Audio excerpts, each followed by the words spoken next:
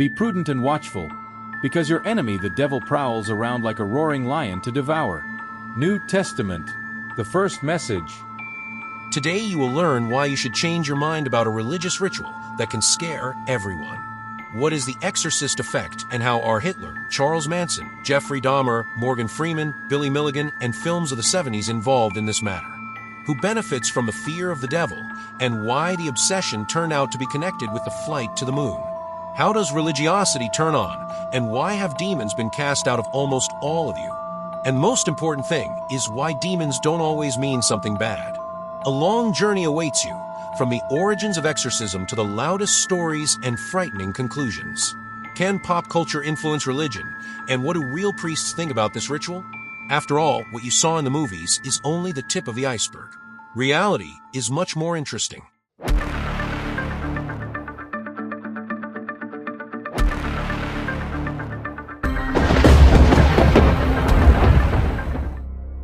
To understand why the very word exorcism scares us today, we need to go back deep into history. And it turns out that the fight against demons existed long before the Christian church appeared. In Mesopotamia, over 3,000 years ago, there were already rituals of exorcism. People believed that diseases and misfortunes were caused by evil forces. To drive them away, they used spells, amulets, incense, and sacrifices. And, of course, the main rule is that the more terrible the ritual, the more likely it is to work. In the Old Testament, we can also find references to evil spirits that tormented people. But it is interesting that the word demon did not mean absolute evil at that time. In the Greek tradition, daimon is rather a spirit mediator between gods and people. Only later did the church distort this term, making it a symbol of hell. But in early Christianity, exorcism became a weapon against paganism. The apostles described how they cast out unclean spirits from the sick. This looked like proof of the power of faith. But there is a small nuance. Often these possessed had epilepsy, psychosis, or trauma. That is, what medicine treats with pills today was then perceived as the work of the devil. In medieval Europe, exorcism turned into a real show. Imagine a temple, a priest with a cross, a crowd of peasants trembling with horror. A person screams, they twist him, he howls in a bestial voice. And everyone is sure, here he is, the devil. But was it Satan, or just an unfortunate person with a nervous breakdown? The Vatican officially approved the rite of exorcism in the 17th century. The Roman ritual described what prayers to read, what symbols to use, and even how to hold the possessed person, just like instructions for household appliances. Only the appliance was a person who actually often suffered from mental illness. When darkness whispers, do not converse with it. Stand under the sign of the cross, pray, and read Psalm 90. Then proclaim the word of light, John 1 verses 1 to 5, and command without asking. Non colloquaris cum tenebris, impera. Say clearly, in the name of Jesus Christ, go out and do not return. For light does not converse with shadow. It commands, and the shadow retreats. And now the most interesting thing. In those days, exorcism had another function. It was a tool of control. If a person behaved strangely, for example, criticized the authorities or the church, they could be declared possessed. And then the ritual, the screams, the prayers, and everyone in the village knows that this person is under the power of the devil. Convenient, right? But don't think that all this is a thing of the past. People still believe in the ritual, as if there is something supernatural in it. Although, to be honest, exorcism is more like a theatrical performance than a fight with the otherworldly. And the actors in it are always the same: the priest, the victim, and the crowd of spectators. The origins of exorcism reveal a simple thing. It has always been a game of human fear. First, to explain illness, then to control faith, and today to sell movie tickets. The demons change, but the essence of the ritual is the same: to scare you so much that you believe in its power. Fear controls the soul, dictates faith, and opens the doors to those who seek to possess it. In fear, man searches for salvation, yet gives himself into bondage. 1973, the world had already seen the horrors of World War II, Hitler, the Cold War, the fear of nuclear weapons. People were scared of reality, but Hollywood gave them an even greater fear: the otherworldly. The film that changed the perception of possession was simply called The Exorcist. The film was based on the true story of a boy named Roland Dow. In 1949, Catholic priests performed dozens of rituals on him. He heard voices, furniture moved, and his body was covered in scratches. At least that's what witnesses said. Hollywood took this story, spiced it up with special effects, and the world got the scariest film of the decade. People fainted in movie theaters. Ambulances were called in the halls. Newspapers wrote about mass hysterics. Priests became heroes again. People lined up to watch a little girl scream in the voice of a demon and spit green liquid. It was after this film that the term exorcist effect appeared. People all over the world began to report possessions. They heard footsteps at home, felt a demonic presence. And psychologists recorded a sharp increase in patients who were convinced that the devil had taken possession of them. The film brought in over $400 million at the box office. For Hollywood, it was not just a horror film, but a golden business on fear. People were sold not a demon, but the feeling that they themselves could become its victim, and that there was only one salvation, the church. Demons that had supposedly tormented humanity for thousands of years suddenly became movie stars. Hollywood made the devil a pop icon. And the scariest thing is, people believed it was true. Why did this film become a phenomenon in the 70s? The world was in crisis, the Vietnam War, political scandals. People needed an enemy who had no clear features. And the devil was a perfect fit. He was nowhere and everywhere at the same time. The exorcist effect shaped a new culture. After 1973, the number of rituals increased dramatically. People turned to priests en masse with a request to exorcise the spirit. Scientists noticed that after watching the film, people experienced increased symptoms of mental illness. Cinematic induction. A person believed in what he saw so much that he began to repeat the symptoms of obsession. It turns out the devil didn't even have to show up. It was enough to show the trailer. The Exorcist changed the world forever. It created a fashion for ritual and made the demon a symbol of pop culture. The Exorcist effect is not about the devil. It is about people who have become afraid of their own imagination. After The Exorcist, Hollywood realized fear sells, and it began to actively search for true stories. After all, if it says based on true events, that's half the battle. One such film is The Exorcism of Emily Rose. The film is based on the tragedy of Anneliese Michel. She suffered from epilepsy and mental disorders, but the church decided that she was possessed. 67 rites authorized by the bishop. She believed she had 6 demons inside her, Judas and Hitler among them. The voices were recorded on tape, and these recordings still terrify those who press play.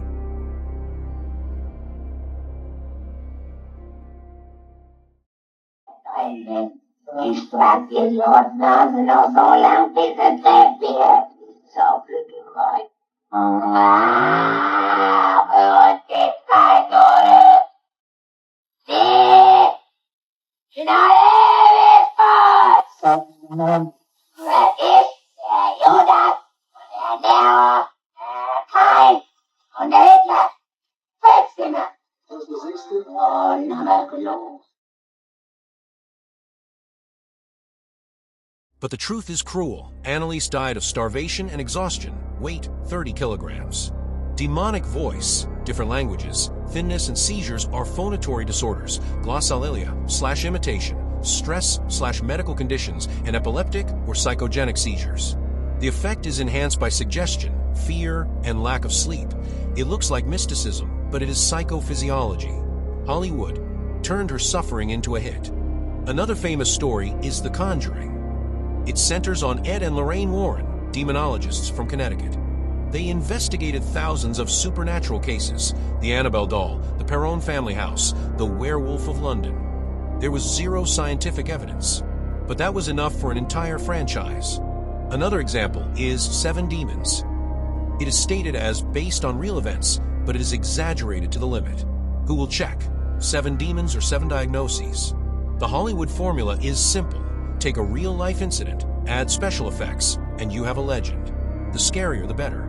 Movies based on true events have become modern fairy tales for adults. They teach us to be afraid and to look for a savior in a priest.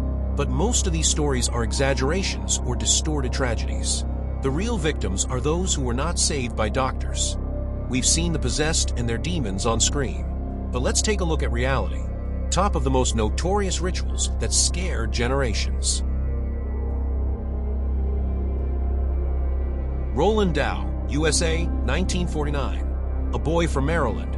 Furniture moved, scratches on his body, screams in alien voices. Catholic priests performed more than 30 rites. The case became the basis for The Exorcist. Anneliese Michel, Germany, 1975 to 1976. Diagnoses: epilepsy, depression. Voices, hallucinations, refusal to eat. Bishop gave permission. 2. Priests, 67 rituals.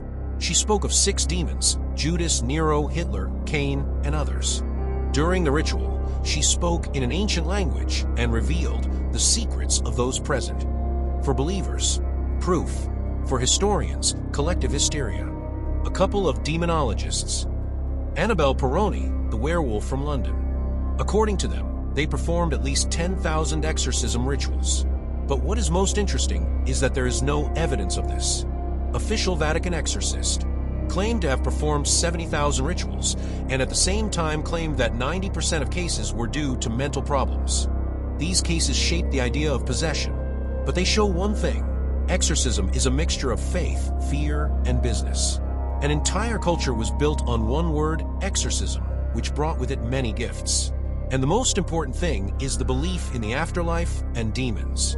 1949, suburban America, a house where the night seems longer than an hour. It is here that the story grows that the world will recognize in the cinema as The Exorcist. The boy was called Roland Doe/Robbie Mannheim. That is how he will be remembered in the priest's records and newspapers. The first signs are not screams, but silence, the clicking of pipes, the rustling of the walls, a cross sliding on a crooked nail. In the morning, there are thin scratches on the sheets, marks on the headboard. The family is nervous. The neighbors whisper, "It's here somewhere." At night, the boy's voice seems to change, hoarse low, like 2 in one throat. Between the words are Latin syllables, the names of saints from church leaflets. In the clergyman's notebooks, lines appear. The voice is someone else's. The episodes are repeated. St. Louis. Jesuits record the events. Some of the rites are performed at the Election Brothers Hospital. The room is cramped, holding 10 adults. The candles smoke, the lamp flickers, the bed creaks in response. The legend grows simply in the cramped air. The climactic night. A gust of wind blows against the curtain. A glass trembles slightly on the table. The boy enters with a slight tremor. His breathing is ragged. The inside-out prayer breaks the rhythm. Everyone is waiting for a sign, and everyone sees it in their own way. The climactic night. A gust of wind blows against the curtain. A glass trembles slightly on the table. The boy enters with a slight tremor. His breathing is ragged. The inside-out prayer breaks the rhythm. Everyone is waiting for a sign, and everyone sees it in their own way. Stop. Now without mysticism. Demonic bass is a guttural sound on torn vocal cords. Vestibular folds are used, which gives a low wheezing and the effect of a second voice. Latin, recognizable lines from church leaflets, the rest glossolalia, syllables that seem like language at the peak of anxiety but are not language. Scratches and letters on the skin explain dermographism and self-combing during sleep. Dry skin plus longer nails equals thin lines. Bed movement, shaking of a glass, flickering of a lamp and a candle going out, the mechanics of an old house, the resonance of a wooden floor in a crowded room, worn contact, draft and convection currents of air. Attacks with Ben's psychogenic, non-epileptic episodes, hyperventilation, spasms, tremors, which are amplified by the attention of the crowd. The board with letters responds through the ideomotor effect, micro-movements that the participants are not aware of. The legend grows thanks to confirmation bias and reconstructive memory. Each new retelling erases doubts and adds drama. What works in practice is not magic but a regimen: 8 hours of sleep, regular meals, silence instead of nightly sessions, voice hygiene, daytime supervision. When this returns, the voices subside, the tremor disappears, the scratches do not repeat. The demon here is one, our expectations. The word obsession often becomes a convenient explanation for the darkest pages. Let's look at 4 figures who frightened the world. His speeches were trances, his eyes were fanaticism. The crowds shouted in delight. For some, a leader, for others, a possessed. A demon in the form of ideology. Sometimes the devil comes during the day in a suit, with a microphone. Charles Manson. He created a cult where instead of demons, there were drugs and pseudo-religion. Young people killed because they were fulfilling Manson's revelations. The Exorcist in reverse. He didn't cast out demons, he inhabited them. Jeffrey Dahmer, a serial killer from Milwaukee, said he heard dark voices. For some, proof of the devil. For psychiatrists, a severe disorder and trauma. Billy Milligan, 24 personalities in one person. The courts recognized the crimes were committed by other personalities. For science, dissociative disorder for the masses, obsession. It also has demons, just human characters fighting among themselves. All these people show it is easier to say he is possessed than to admit that evil is human. If the demon is guilty, the person is innocent. If the person is guilty, it is a mirror for all of us. All these people show it is easier to say he is possessed than to admit that evil is human. If the demon is guilty, the person is innocent. If the person is guilty, it is a mirror for all of us. The role in the comedy had a huge impact. People began to imagine God as modern and benevolent. Pop culture provided a light image that balanced the darkness. Ed and Lorraine Warren became icons of exorcism, but Freeman's image showed that God could be spoken about without fear, through trust. Hollywood makes money on the dichotomy. The demon scares, God calms. Between them is the box office. The devil screams for you to buy a ticket. God smiles for you to buy a DVD. Morgan Freeman has become a symbol that even the image of the Almighty is an element of culture. The real obsession here is Hollywood's obsession with your wallet. Obsession isn't just about candles and crosses. In the 60s and 70s, it was also about the space race. The moon landing became almost a religion for the United States. The nation woke up thinking, we must. It was a national obsession. In 1968, the Apollo 8 crew read Genesis from lunar orbit. The planet listened to the biblical text from space. Even hundreds of thousands of kilometers away, the Bible is nearby. Who knows, maybe demons are also in orbit. Religious blessings, prayers before launch, are part of the missions. The priests of science were exorcising another demon, limitation. In many religions, obsession is a force greater than man. In space, it has become technology. People have surrendered themselves to an idea stronger than individuals. The moon is the greatest demon of the 20th century. It could be defeated by 3 people in white spacesuits. At the same time, the world was experiencing a satanic panic. Together, dark and light myths, demons and space, formed the picture of the 1970s. Yes, this is also an exorcism, the expulsion of the fear of remaining alone on Earth. Even in scientific projects, we carry rituals and faith with us. What do those who actually work with this think? The view of the Church and medicine. The Catholic Church officially recognizes exorcism. The 17th century Roman ritual prescribes prayers and symbols. The Vatican has exorcism courses. Gabriel Amort is the most famous exorcist. He spoke of 70,000 rituals and at the same time admitted 90% of cases are mental problems. 70,000, it sounds like McExorcism, fast, cheap, effective. Doctors say possession is a symptom. Convulsions, epilepsy, voices, schizophrenia, refusal to eat, depression. The problem, it is easier for people to go to a priest than to a psychiatrist. Cases like Annalise's show that rituals can kill. Medical help is needed, not expulsion. For believers, exorcism is an act of faith that gives a sense of support. But if you make a mistake with the demon, a person can die. If you make a mistake with the pills, most often they recover. Priests see demons, doctors see symptoms. The truth is somewhere in the middle. Demon is another name for fears and traumas. But science provides an explanation today. We have not yet invented a cure for fanaticism. From the Sumerians and the Middle Ages to cinema and space, exorcism is always about people. The Church shows a battle with the devil. Hollywood is a show. Science says it's the psyche. Demons don't come out of hell. They are born in our heads. Annalise didn't die from the devil. Roland Doe wasn't possessed. Dahmer didn't hear hell. He heard his own psyche. The greatest demon is ignorance. Hollywood has taught us to fear moving chairs and strange voices. But the real horror is watching someone die who could have been saved. The ritual of exorcism shows how easy it is to control fear.